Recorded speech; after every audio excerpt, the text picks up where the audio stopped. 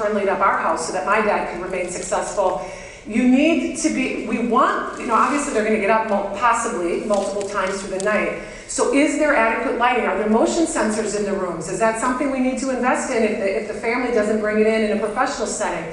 Because again, we all know how dangerous the bathrooms can be, and especially in the middle of the night when I'm a person with cognitive decline, waking up from a dead sleep, trying to stand up, figure out where I am, and then on top of it I got to navigate somewhere because I have the urge to use the bathroom. Again, recipe for disaster, and as leaders, we can set them up for success, even when we're not standing over them, to be successful by at least giving them half a fighting chance by monitoring and supporting them through their physical environment. Okay, so perfect example, this floor, oh my gosh, this carpet never could happen, or shouldn't ever happen in a memory care setting. Why is that? Who knows why? Too busy. And I'm not a big fan of carpeting either, to be quite honest with you. New build construction we're thankfully, mercifully starting to see more laminate, more smooth surface. Again, I get that we have to maintain it to be easy to clean. That's another thing. Rugs can be a lot of toxins get stuck in that. All the carpet cleaners that we even use to do this is putting a lot of shizzle into the air. But too busy. That's even something, for those of you who, you can only do what you can do when you get the job, if they've already built the building and it is what it is and you've got the flooring. But understanding that as a possible, there's fall risks here. How many of us have worked with our friends with dementia and we're walking behind them or with them or whatever, and they stop and they start to pick up things off the floor that we don't see? My dad is actually starting to do that. It's because that pattern is representing something on the floor that needs to be picked up to them. So again, we're setting it up for unbelievable failure. Now I've got a frail, cognitively declined person who's now bending over, trying to pick up things off of the floor that clearly don't exist. So how do we eliminate that? Let's set them up for success by making sure the flooring is proper right from the beginning. I'm a big fan, another thing, I get a lot of phone calls from clients, Ellen, we've got all these behaviors, and hold on to that because I have a big problem with that term, but that's how it's called into me. We're going to talk about that in a second. Mary Jane is always trying to get out the front door, and Sam is hitting Sally, and it's, we need you to come here, we need Ellen Belk to work our magic. Which of course, I like to think that I'm magical, and as I fly through the sky to get there, I walk into the memory care environments where Sally's hitting Jane and Frank is jumping out the window, and I walk in and I've got MTV blasting on the TV, I've got fluorescent lightings overhead, I've got carpeting that's what looks like this, I got two staff laughing over there about what they did over the weekend. Gee, can't imagine how this could possibly not be overstimulating for someone with a cognitive decline, who, by the way, if they didn't have cognitive decline, if they had their faculties, they'd be able to say, this carpeting sucks, the lighting hurts my eyes, and you two chicks over there, stop talking about your weekend. They'd be able to say that. Unfortunately, they can't.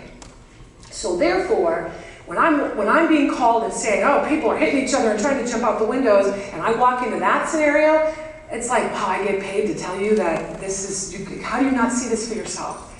So I work with people to say, first of all, we don't need, I just did a presentation in Portland 2 weeks ago, Dan will tell you, the whole thing was in a room full of nurses, and they asked me to come speak to nurses to talk about how to manage behaviors. I'm like, I'm gonna tell you how to manage behaviors. We're not gonna get to that part because we're gonna stop it before it ever starts. And people don't like to hear that because that means, gosh darn it, we're gonna have to do a little work on the front end. But I'm here to tell you, when you hire right, you set the scene to succeed, your environment is good, we're communicating in a dementia-friendly manner, I promise you, I have led teams around this country for years, and we didn't have more than 1 or 2 catastrophic incidences in a year. But it takes some work, but once you're humming, and once everybody's singing out of that playbook, and we're high-fiving, and we're all talking about what a great day it is, and how fabulous it is to work here, that energy seeps into the clients that we serve, and it's amazing how adverse reactions, which is like what I was calling them, and behaviors, will minimize. So we need to be able to support them. The excessive noise, if you do nothing else, when you go back to work next week, pay attention, soak it all in, stand in your space where we are caring for our friends with dementia, and you tell me, just take a beat, take a breath, analyze, is it an overstimulated environment. And what can we do on day one when you're back to start to minimize that? Can we decrease the overhead paging? Do we allow our staff to carry their cell phones where booty shaking music goes off as I'm pushing a wheelchair to the shower and I got like P. Diddy screeching in Mabel's ear as I'm pushing her? And then when we get to the shower room, I can't imagine why Mabel turns around and punches me in the face. Guess what? We've just created a perfect storm of craptasticness. So I ask you, if you do nothing else, to monitor your systems. And I'm also a big fan of usable, and I say that again, usable outdoor space. Often when we're building memory care neighborhoods especially, it's an afterthought. It's, there's not safe sidewalks. We're getting better the more we know. Architects now make a career out of being age-in-place friendly. Thank God we finally got them on board. But the outdoor space, I am a big fan of utilizing outdoor space often and frequently, weather permitting, in a safe way. Because think about it, any parents in the room? And I know things have changed. I'm a Gen Xer, but back in my day, Millie would open up the front door when we came home from school, and she's like, "Okay, I don't want to see you till dinner." And we'd be out skateboarding and climbing and hiking, doing whatever. Because why did parents do that back in those days? Why did they want us running ourselves ragged? What'd you say? Burn off the energy. Burn off my energy. That'll make me sleep better at night, and it increases our appetite.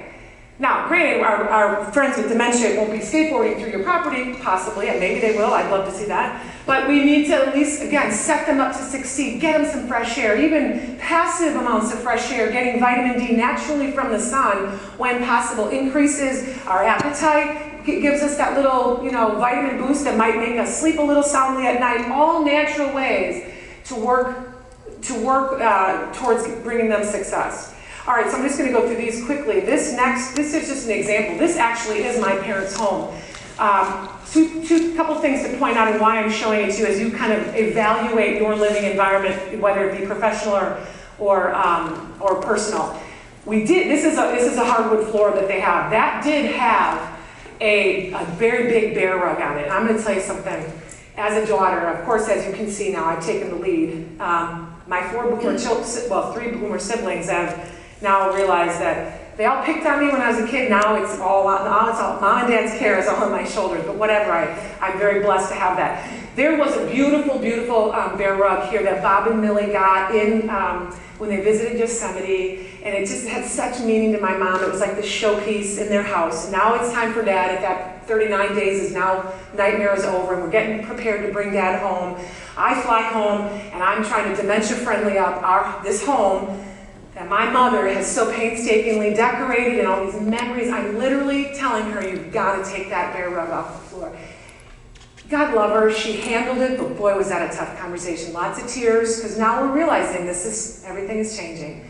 But I'm going to tell you something, my dad has had significant success, because obviously this is a free, clear working space. My dad's chair is the one here. These are green recliners. Dan has fallen asleep in them many times, by the way.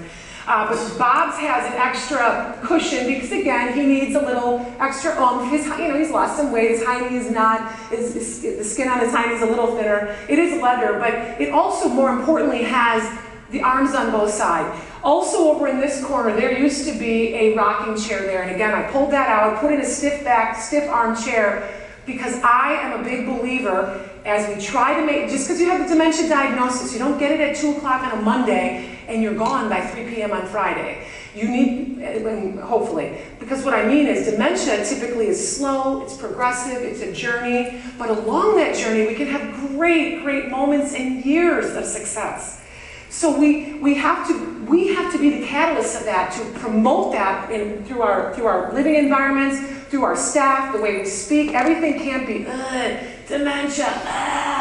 They're suffering with dementia. Absolutely, suffering with dementia, sure, but they're also living with dementia, right? So to live successfully, we need chairs that people can use their own body weight to navigate up and down. I get what we do in a long-term living environment. We get Chippendale and all the beautiful, plushy, cushy, lovely, crate and barrel leather seats that look good to the people touring. But then the reality hits, and we've got 85-year-old bodies trying to sit and get in and out of those.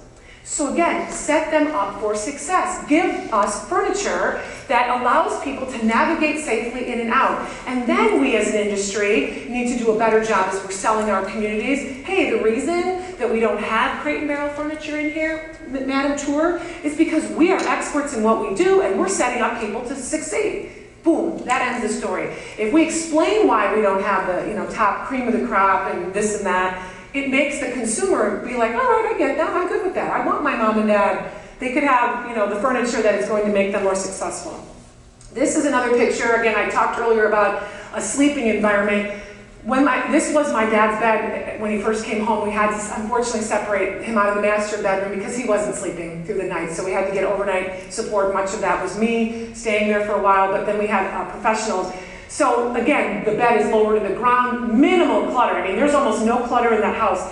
There was, in this room rather, there was a dresser drawer on this wall here. I had to remove that because again, Dad gets up about 2 to 3 times a night. That has not changed. We're 4 years into this, and it's about 2 is the minimum. Sometimes it's as high as 4. So again, the way this room is set up, when he got out of bed, as he's walking towards us, that's how he would exit this room, and the bathroom was right next door. So we wanted that, and then there was it's not in this picture, but I added it, there was a nightlight on this wall. So he had, at least again, a fighting chance to get out of bed successfully, use his walker to come out of that room into the bathroom, and then do what he needed to do.